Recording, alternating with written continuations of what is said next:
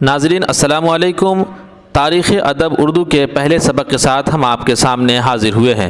امید ہے کہ آپ اس ویڈیو کے ذریعے نئے کہ صرف ایم.اے اردو کے فرسٹ سیمسٹر ایگزام کو حل کر پائیں گے، بلکہ کسی بھی امتحان میں تاریخ ادب اردو کے پرچہ کو حل کرنے میں یہ ویڈیو بہت ہی مفید ثابت ہوگی۔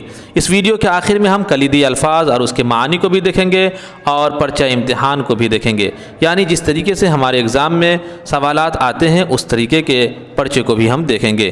یہ ویڈیو بالخصوص ایم.اے اردو فرسٹ سیمسٹر ایگزام کے لیے اور بالعموم کسی بھی ایگزام میں تاریخ ادب اردو کے پرچہ کو حل کرنے کے لیے بہت ہی مفید ہے۔ تو بنا کسی دیر کے ہم اس ویڈیو کو شروع کرتے ہیں۔ اس ویڈیو میں ہم تاریخ ادب کی بہت ہی اہم چیزوں کو سیکھیں گے۔ ریختہ کے لغوی معنی ہے بے ساختہ نکلا ہوا، بلا تکلف و بلا تصنع زبان سے نکلا ہوا، پختہ، مضبوط، پکا، چونے گچی کا بنا ہوا۔ اردو معلّہ کے اشعار، دہلی کے خاص سیدھی سادھی اردو زبان اور اس کے اشعار۔ اصطلاح میں ریختہ زبان اردو کی اس نظم کو کہتے ہیں جو بے ساختہ کہی گئی ہو۔ ریختہ کی ابتدا امیر خسرو سے ہوتی ہے، اس کے بعد ریختہ گوئی کے نمونے دکن میں ملتے ہیں۔ زبان ریختہ میں کہے ہوئے کلام کے لیے ریختہ کا لفظ استعمال کرنے کا رواج 19ویں صدی کے وسط تک جاری رہا ہے۔ اسی طرح اردو زبان کے نام کے طور پر ریختہ اور ہندی کے الفاظ 19ویں صدی کی چوتھی دہائی تک چلن میں رہے ہیں۔ ولی نے غزل میں اجتہاد سے کام لیا ہے۔ ولی کو اردو شاعری کا بابا آدم کہا جاتا ہے۔ ولی نے داخلیت کے ذریعے زندگی کے رنگا رنگ تجربات کو سمو کر غزل کے دائرے میں پوری کائنات کو سمیٹ لیا ہے۔ ولی کا یہ کمال ہے کہ انہوں نے اردو شاعری کی جو فارم اور سانچے ڈھالے ہیں وہ آج تک موجود ہے، اور غزل کے ساز پر جو نغمے انہوں نے چھیڑ دیے، دنیا غزل میں آج تک ان کی باز گشت سنائی دے رہی ہے۔ ولی نے لسانی اور تہذیبی سطح پر شمال اور جنوب کے درمیان ایک پل، ایک کڑی کا کام کیا ہے۔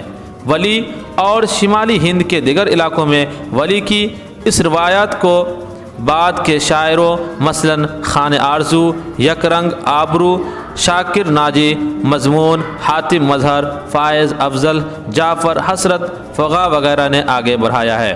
اب ہم کلیدی الفاظ اور اس کی معنی کو دیکھیں گے۔ اس کے بعد ہم پرچہ امتحان کو، جس طریقے سے ہمارے امتحان میں پرچہ اردو تاریخ ادب اردو کا آتا ہے، اس کو بھی دیکھیں گے۔ پہلے ہم الفاظ اور اس کی معنی کو دیکھتے ہیں۔ مستحکم، مضبوط، عالمگیر، دنیا میں پھیلا ہوا، خوگر، عادی، سخن، شاعری۔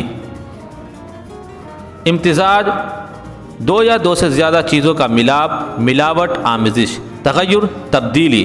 اسلوب، طرز تحریر۔ ملک الشعراء، شاعروں کا بادشاہ، وہ خطاب جو بادشاہ کی طرف سے اعلیٰ درجے کے شاعر کو دیا جاتا ہے۔